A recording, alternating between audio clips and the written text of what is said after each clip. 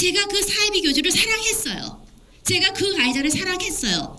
그 순정을 이용하고 그 첫정이 사랑이 그루밍으로 화해서 성범죄로 결과로 나타났을 때 이 말을 할 수 있는 상담 장면밖에 없죠. 왜? 같은 질문을 들었었습니다. 다음 주시죠. 결국에 이제 그루밍이라는 용어가 아동 청소년 피해자를 길들이는 과정을 거친다는 얘기가 나와 있고요. 이 가해자가 그럴 의도가 없겠구나, 굉장히 순수하고 좋은 의도를 가지고 아이들을 대하고 있구나라고 사람들을 착각하게 만드는 그 모든 과정들을 포함한다는 거죠. 어떤 아이를 타겟팅을 하고 약간 사회성이 떨어지면서 또래들 관계가 안 좋거나 아니면 주변에 있는 어른들의 보호를 못 받는 그런 아이들을 타겟팅을 한 다음에 그 아이가 좋아하는 것, 그 아이한테 자신이 어필할 수 있는 것들을 찾아내서 점점 접근해서 아이가 가까워지는 과정. 전교 1등 아이들도 있었고요. 영재원에 다니는 아이들도 있었고요. 상당히 똑똑하고 지적이고 다른 부분에 있어서 타의투정을 불허하는 아이들도 피해를 받았습니다. 사실 인지기능과는 거의 무관할 수도 있다는 거죠. 연예인 기획사 대표 사건은 1심과 2심에서는 징역 12년 9년으로 유죄 판결이 나왔었는데 1, 2심 판결의 요지는 피해자가 판단 능력이 미성숙한 상태였고 가해자하고는 27살 나이 차이 난다. 피해자의 가정 환경, 부모님의 건강이 굉장히 안 좋았고 경제적으로도 어려웠고 성폭력 노출에 대해서 두려워하고 피고인에 대해서 두려워하는 이런 부분을 설시해서 유죄를 했었거든요. 1, 2심에서는 보낸 편지 내용만 보면 애정을 가지고 있었던 것으로 볼 여지가 있다. 그런데 피해자가 피고인에 대한 두려움 때문에 마음에 없는 내용을 적었다라고 진술하고 있고, 근데 대법원에서 2014년 말쯤에 파기환송하면서 무죄 취지로 파기를 했는데 판결의 요지는 피고인에게 보낸 편지는 피해자의 감정을 솔직하게 표현한 것으로 보인다.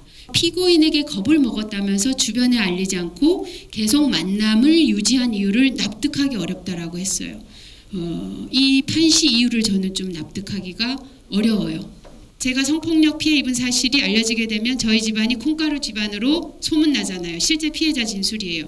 그리고 제가 성폭력 피해 입은 걸 얘기하면 학교에서 왕따가 되잖아요. 이 모든 것은 피해자의 두려움이에요.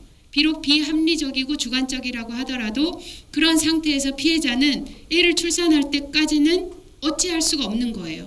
출산만 하면 신고해야지 라고 생각을 했고 실제 아이를 출산한 직후에 바로 신고를 하게 됐죠. 우리나라의 판결들에서 피해자 관점이 사실은 굉장히 많이 누락돼 있다고 보는데요. 우리가 살아가다 보면 모든 사람이 다 두려움을 가지고 있거든요.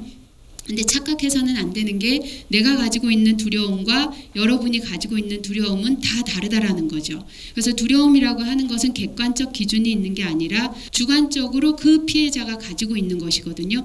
그리고 두려움이라고 하는 것은 합리적이지 않습니다. 의붓 아버지와 우리 엄마의 재혼 관계가 깨지는 것이 두려워서 의붓 아빠로부터의 성착취를 오픈하지 못하는 경우가 있거든요. 피해자의 입장에서는 엄마하고 재혼한 아빠의 단란한 가정이 깨지기를 원치 않아요. 그래서 나는 참고 희생해야겠다. 끊임없이 의붓 아버지의 성착취의 도구가 돼버리는 거죠. 피해자가 가해자에 대해 가지고 있는 이 두려움을 합리적 이성을 가진 우리가 판단하면 왜 그걸 두려워하지? 왜 법에 호소를 하지 않았지? 라고 할 수 있는데 피해자 관점에서 들여다봐야 한다는 거죠. 미국에 그루밍 관련된 법률이 있는지를 좀 찾아봤거든요.